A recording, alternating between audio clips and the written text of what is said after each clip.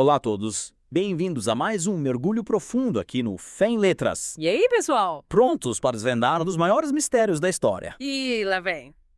Hoje a gente vai mergulhar na pergunta de como Jesus, um pregador judeu da Galileia, se tornou Deus. Essa é das boas. Uma jornada fascinante que leva a gente direto para o coração do cristianismo primitivo, com reviravoltas, debates acalorados e diferentes perspectivas. Muita coisa pra desvendar. Mas antes de começar, não esqueçam de deixar o like, seguir o canal e ativar as notificações para não perderem os próximos mergulhos. E compartilhar esse episódio com os amigos. Isso aí. E se tiverem sugestões de livros pra gente explorar, deixe nos comentários, viu? A participação de vocês é super importante pra gente. Então vamos lá. A pergunta que muita gente se faz é: como pode um pregador judeu, que morreu como um criminoso romano, virar uma figura divina numa religião monoteísta? Parece impossível, né? Mas aconteceu. E entender esse processo é a chave para a gente compreender a evolução do cristianismo. É como montar um quebra-cabeça histórico. E a primeira peça desse quebra-cabeça é entender como a divindade era vista lá no mundo antigo. Ah, porque a visão deles era bem diferente da nossa, né? Totalmente. No mundo antigo, a linha entre o divino e o humano era muito mais tênue. Eles não viam uma separação absoluta, mas sim um espectro de divindade, Entendi. com deuses mais próximos ou mais distantes dos humanos e até mesmo humanos que ascendiam à divindade. Tipo quem? Os imperadores romanos, por exemplo, eles eram declarados deuses depois da morte. Caramba. Ou a história de Apolônio de Tiana, que muitos consideravam um filho de Deus. Nossa, que fascinante. Então, nesse contexto, a ideia de um humano se tornar divino não era tão absurda assim. Exatamente. E essa visão permeava também o judaísmo da época de Jesus, mesmo com a crença central no monoteísmo. Mas a gente sempre ouve falar que o monoteísmo judaico era super rígido. Mas ao contrário do que muitos pensam, ele não era tão rígido assim. Tá. Existiam figuras como Enoque, que, segundo alguns textos, foi transformado num anjo após a sua morte. Que interessante. Ou a história dos filhos de Deus se unindo a mulheres humanas. Peraí. Filhos de Deus com mulheres humanas. Parece história da mitologia grega. Pois é, essas histórias mostram que a fronteira entre o humano e o divino era permeável, sabe? E dentro do próprio judaísmo, existiam conceitos que abriam espaço para a ideia de seres divinos além do único Deus. Interessante. Então, mesmo no contexto judaico, a ideia de Jesus como um ser divino não seria completamente estranha. Exato. Mas para a gente entender como essa ideia se desenvolveu, precisamos analisar a vida e os ensinamentos do próprio Jesus. É verdade. O que será que ele dizia sobre si mesmo? Boa pergunta. Antes de mergulhar nos evangelhos, a gente precisa lembrar que eles não são relatos literais da vida de Jesus, né? Ah, não, com certeza. Foram escritos décadas depois por seus seguidores. Com o objetivo de espalhar a mensagem. Exato. Os evangelhos são documentos de fé. Não são biografias no sentido moderno da palavra. Por isso, os historiadores usam critérios rigorosos para analisar esses textos. Para identificar as informações mais confiáveis e quais refletem a interpretação dos autores. Faz sentido. Então, como podemos saber o que o Jesus histórico realmente dizia? Um dos critérios utilizados é o de atestação independente. Como assim? Se uma história aparece em várias fontes independentes, é mais provável que ela seja autêntica. Ah, entendi. E aplicando esse critério, a maioria dos estudiosos concorda que Jesus era um profeta apocalíptico. Ele pregava a chegada iminente do reino de Deus e o fim do mundo como conhecemos. Profeta apocalíptico. Parece aqueles filmes de fim de mundo com meteoros caindo e gente correndo desesperada.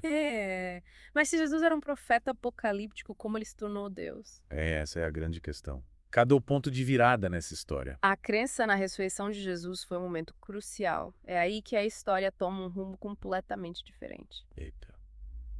Para entender essa mudança, a gente precisa analisar as primeiras crenças cristãs com foco nas cartas de Paulo, nossos documentos mais antigos. Então, as cartas de Paulo são a chave para a gente desvendar esse mistério. Exatamente. Elas nos dão um vislumbre da fé cristã em sua fase inicial. Que legal. Em 1 Coríntios 15, por exemplo, a gente encontra um credo pré-paulino, É Paulino? que afirma que Jesus foi designado Filho de Deus na sua ressurreição.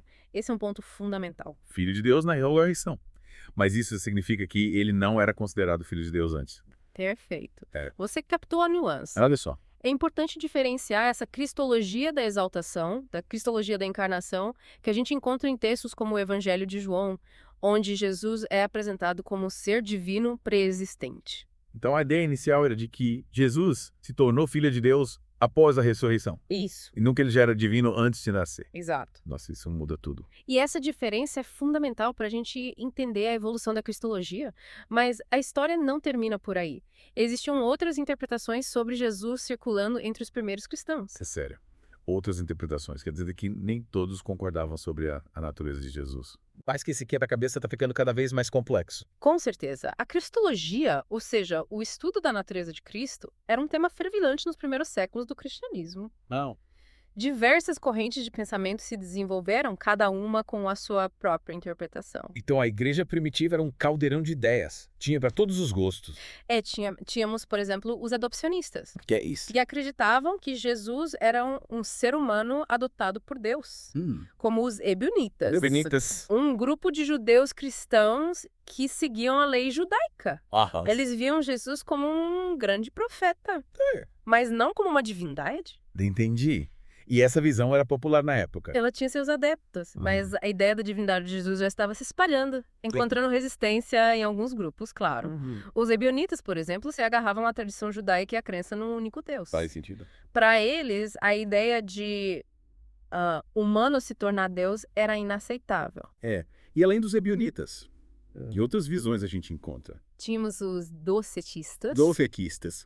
que acreditavam que Jesus apenas parecia humano, mas na verdade era totalmente divino. Como assim? Eles achavam que a forma humana de Jesus era uma ilusão. Tipo um fantasma? Tipo isso. Nossa, essa é a versão mais bizarra de Jesus que eu já ouvi. É bem diferente, né? Mas por que eles acreditavam nisso? Para eles, a matéria era vista como algo negativo, impuro. E como Deus era perfeito, ele não podia se misturar com a matéria e se tornar realmente humano. Então eles criaram essa ideia de que a humanidade de Jesus era só uma aparência. Nossa, que conceito radical. Mas imagino que essa visão tenha gerado bastante polêmica, né? Claro. Afinal, a maioria dos cristãos acreditava que Jesus realmente sofreu e morreu na cruz. Com certeza. A ideia de que o sofrimento de Cristo foi só uma ilusão não era bem vista pela maioria. Figuras como Inácio de Antioquia, por exemplo, combateram essa visão com unhas e dentes. Para ele, se Cristo não tivesse realmente sofrido e morrido, qual seria o sentido do martírio dos cristãos? Faz sentido. Negar o sofrimento de Jesus seria negar a própria base da fé cristã, né? E os gnósticos? De onde eles se encaixam nessa história? Os gnósticos. Lembra que eles tinham uma cosmologia bem complexa, com vários deuses e emanações divinas. Ah, sim. Os gnósticos também tinham a sua própria interpretação. Eles acreditavam numa cristologia separatista. Cristologia separatista. Onde o Jesus humano era apenas temporariamente habitado pelo Cristo divino. Uma espécie de emanação do Deus verdadeiro. Então, para eles, Jesus era como um avatar do Cristo divino. Exatamente. Interessante. E essa visão dualista, separando o Jesus humano do Cristo divino, era bem diferente da visão que se tornaria dominante no cristianismo. Caramba, tanta divergência. É incrível como a figura de Jesus gerou tantas interpretações diferentes. Né? Mas, em algum momento, a igreja tentou unificar essas crenças, né? Sim, com o tempo, a ideia de que Jesus era tanto humano quanto divino ganhou força. Mas como conciliar isso com o monoteísmo? Essa é a questão. Essa questão gerou novos debates e novas teorias. Surgiram conceitos como modalismo, onde Deus se manifestava de diferentes formas como Pai, Filho e Espírito Santo. Entendi. Uma espécie de Deus com múltiplas personalidades. E essa ideia pegou. O modalismo teve seus adeptos, mas não se tornou a visão dominante. Certo. A partir do século III, teólogos como Tertuliano e Hipólito começaram a formular a doutrina da Trindade. A famosa Trindade. Tentando explicar a relação entre o Pai, o Filho e o Espírito Santo de forma mais complexa. Eles buscavam uma fórmula que mantivesse a unidade de Deus, mas reconhecesse a distinção entre as três pessoas da Trindade. Nossa, que complicado. E essa busca por a definição da Trindade gerou mais debates, imagino. Com certeza. E um dos debates mais acirrados da história do cristianismo foi a controvérsia ariana. Que nome complicado, hein? E abalou as estruturas da igreja no século IV. Sério? De um lado, tínhamos Ario, que defendia que Jesus era um ser divino, criado por Deus Pai, portanto, inferior a ele. Ario estava dizendo que Jesus era um tipo de semideus. É um ser poderoso, mas não igual a Deus. Caramba. Do outro lado, estavam os que acreditavam na igualdade de Jesus com Deus Pai. Então a igreja estava dividida. Totalmente. Essa visão de Ario gerou uma enorme crise na igreja, dividindo comunidades e provocando debates acalorados. Imagina, a própria natureza de Jesus estava em jogo. Que situação tensa. E quem resolveu essa briga teológica? Essa disputa culminou no Concílio de Niceia. Concílio de Nicéia. Em 325 d.C., um marco na história do cristianismo. E o que aconteceu nesse concílio? Convocado pelo imperador Constantino. O imperador. O concílio tinha como objetivo resolver a questão ariana e unificar a igreja. Por que ele se envolveu nessa briga de teólogos? Constantino, recém-convertido ao cristianismo, via a religião como um fator de união para o Império Romano. Entendi. Unir a igreja era uma forma de fortalecer o império. E o concílio? Deu certo? O Concílio de Niceia condenou o arianismo como heresia. Nossa. E formulou o Credo Niceno. O famoso Credo Niceno. Que afirmava a divindade de Jesus, a sua igualdade com Deus Pai e a sua existência eterna. Então o Credo Niceno definiu o rumbo do cristianismo. Mas será que essa vitória acabou com o arianismo de ver? Na verdade, não. Apesar da condenação, o arianismo continuou a ter seus adeptos. É mesmo? Principalmente entre alguns grupos germânicos. E influenciou diversos movimentos religiosos ao longo da história. Caramba. Então, mesmo com o concílio e o credo, o debate sobre a natureza de Jesus não se encerrou por completo. Exatamente. E essa pluralidade de visões nos convida a refletir sobre a complexidade da fé cristã. E a sua constante evolução. Afinal, a busca por compreender o mistério da encarnação. Como Deus se fez homem em Jesus. Isso continua a desafiar os teólogos ao longo dos séculos. E essa jornada histórica nos mostra como a figura de Jesus, um pregador judeu da Galileia, se transformou num ícone religioso global. É verdade? Com diferentes significados e interpretações ao longo dos tempos. E por falar em diferentes interpretações, essa vitória do Credo Niceno teve consequências reais, né? Com certeza. A informação da divindade de Jesus moldou a forma como os cristãos entendiam a salvação, como eles a adoravam, e até mesmo a relação com o poder político. Mas também teve um impacto profundo na relação entre cristãos e judeus. É verdade. Afinal, Jesus era judeu. E a sua mensagem se originou no contexto do judaísmo. Mas, com a afirmação da divindade de Jesus, como essa relação se desenvolveu? É uma questão complexa e delicada, com a crescente separação entre cristianismo e judaísmo. Alguns teólogos cristãos passaram a interpretar a morte de Jesus como culpa dos judeus. Que horror! Acusando-os de deicídio, o assassinato de Deus. Mas essa acusação não gerou ainda mais conflito e preconceito contra os judeus? Infelizmente, sim. Essa interpretação contribuiu para o desenvolvimento de uma teologia antijudaica. E justificava a perseguição e a discriminação contra os judeus ao longo da história. É importante a gente lembrar que essa visão não reflete a mensagem original de Jesus, que pregava o amor ao próximo e a reconciliação. É fundamental ter essa consciência histórica, né? Para combater o preconceito e promover o diálogo interreligioso. E essa história toda nos leva a uma pergunta crucial. Qual o significado da divindade de Jesus para nós hoje? Depois de conhecermos essa complexa trajetória histórica e as diferentes interpretações, como podemos afirmar a divindade de Jesus? Essa é uma pergunta que ecoa através dos séculos, né? Uma pergunta que a cada um de nós precisa responder à sua maneira. O que a gente viu nesse mergulho?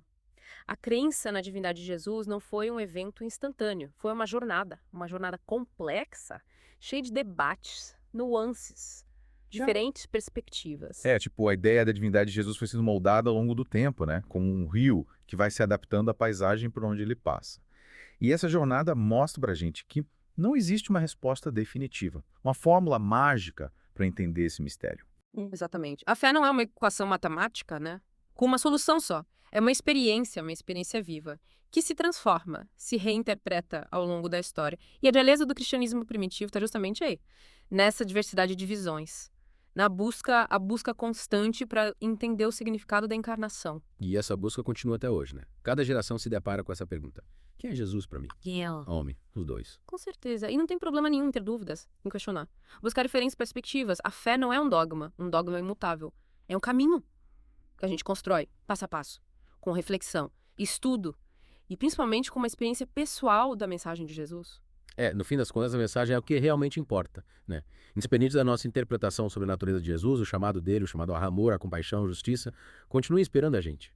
Continua desafiando a gente. Exatamente. A mensagem de Jesus, ela transcende as barreiras do tempo, das diferentes interpretações. É um convite universal. A transformação pessoal. E a construção de um mundo mais justo, mais fraterno. Que mensagem poderosa. Que bom que a gente pôde mergulhar nesse mar de ideias, né?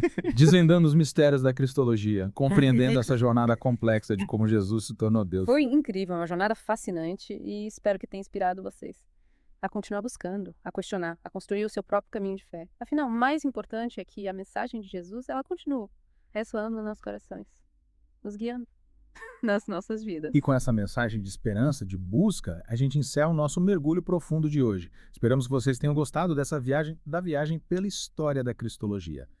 Não se esqueçam, deixem nos comentários as suas reflexões, dúvidas, sugestões pra gente, para futuros episódios. A participação de vocês é muito importante pra gente. Até a próxima. E que a paz de Cristo esteja com vocês.